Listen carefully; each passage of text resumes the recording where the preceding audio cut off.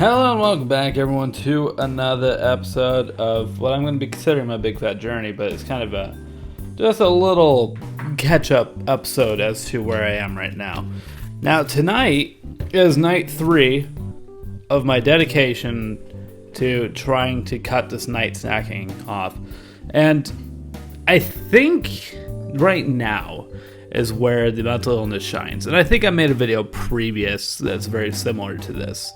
It's basically the human instinct is, I'm hungry, I should eat. And that's natural. That's completely natural.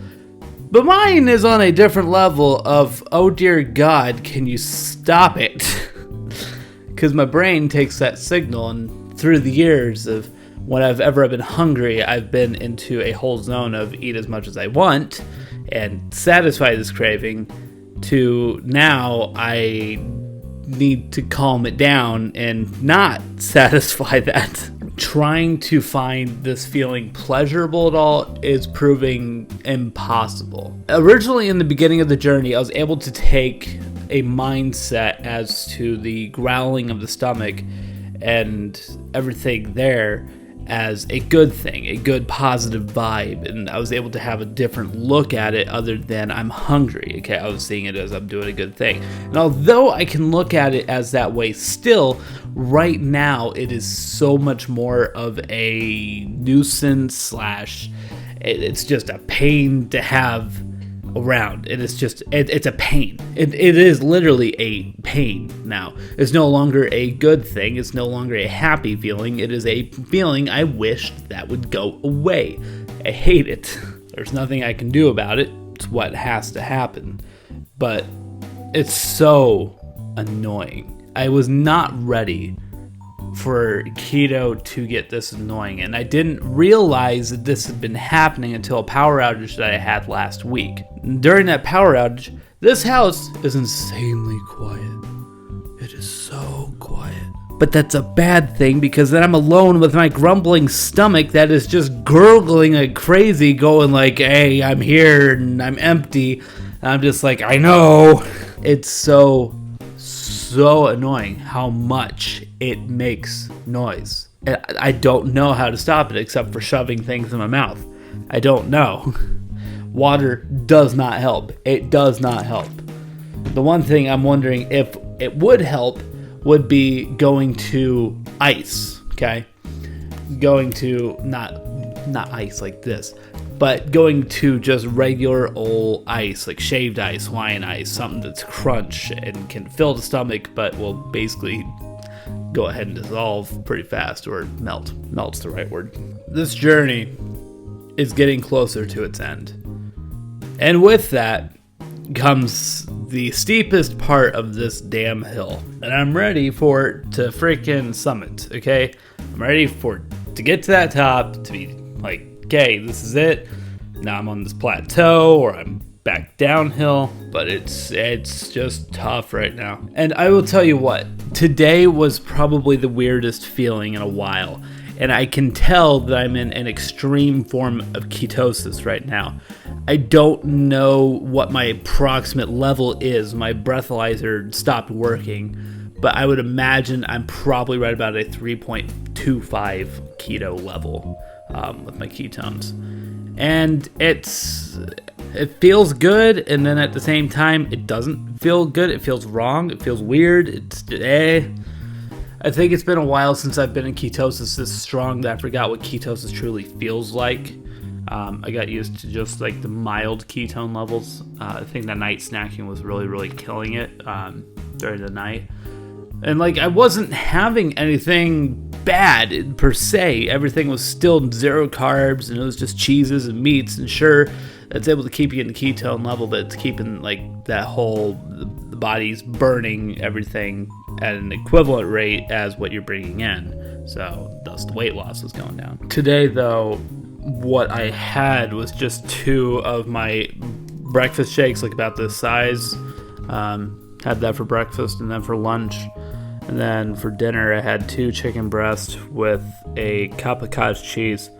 And then I've just had water for the rest of the day. Today has been a very tough day.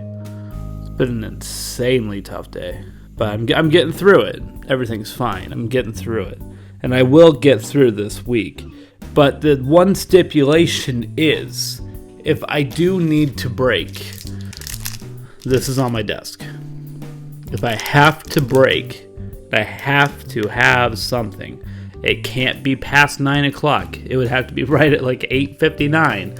But I could have this, is my deal. And I actually have some more of these coming, of the ones I've already done like reviews on. I feel like if I'm going to do anything, at least do something that's truly keto with the fat bombs.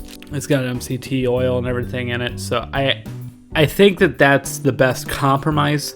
But yet, having it here is a constant reminder of you don't need it. Something that small, you don't need. It's not going to fill you up that much. It's not going to make that big of a difference. You don't need it. Now, when I have a box of cookies on my desk for an upcoming video that I can't shoot until at least, like the earliest would be next week, when I'll be filming that. It's a little rough having those here. I need to get those in the kitchen where I don't have to look at them all the time because they look so good.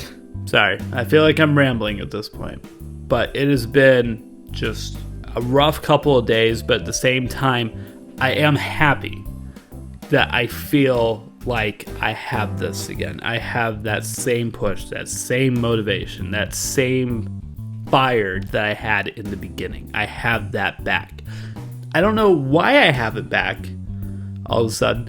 It might be because I have people around me wanting to start getting into keto, and I want to be the good example that I need to be for it. Maybe that's what it is mentally. But right now, I'm back, and I feel good about it. How long will it last this time? Hopefully to the end. Because right now, I'm feeling great, and I'm looking forward to this next weigh-in. Fingers crossed that it's going to be really, really good, and could show hope.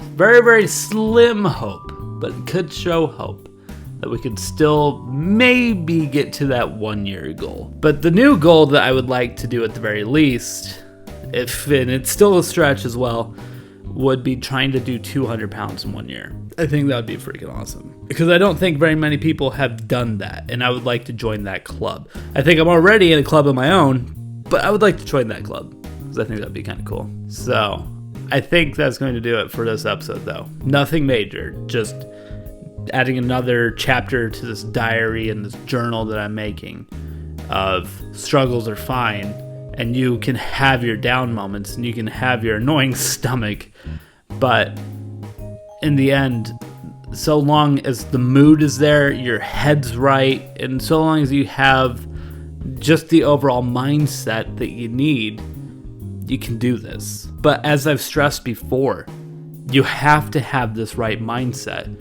Otherwise, going on a journey like this is pointless. You have to have the right mindset. You have to want this. And man, do I want this bad right now.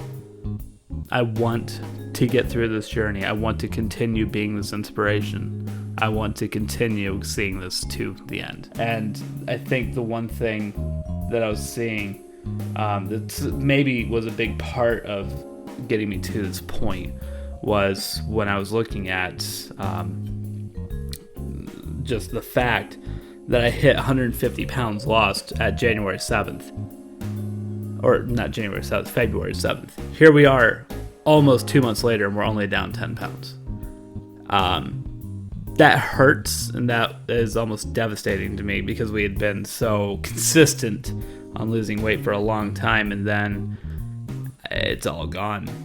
It's just all gone. So I definitely am excited to hopefully get this thing pushed through this week. Get a solid weight loss. And I am working more at work. I am pulling an extra half an hour usually at least every single day right now. So that's working good as well.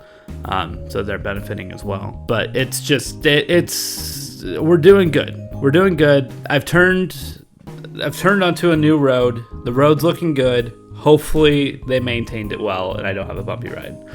But that is going to do it for today's episode, everybody. Thank you guys so much for the continued support. And hopefully, we have a good Sunday. But I'll see you guys back here in the next episode of My Big Fat Journey.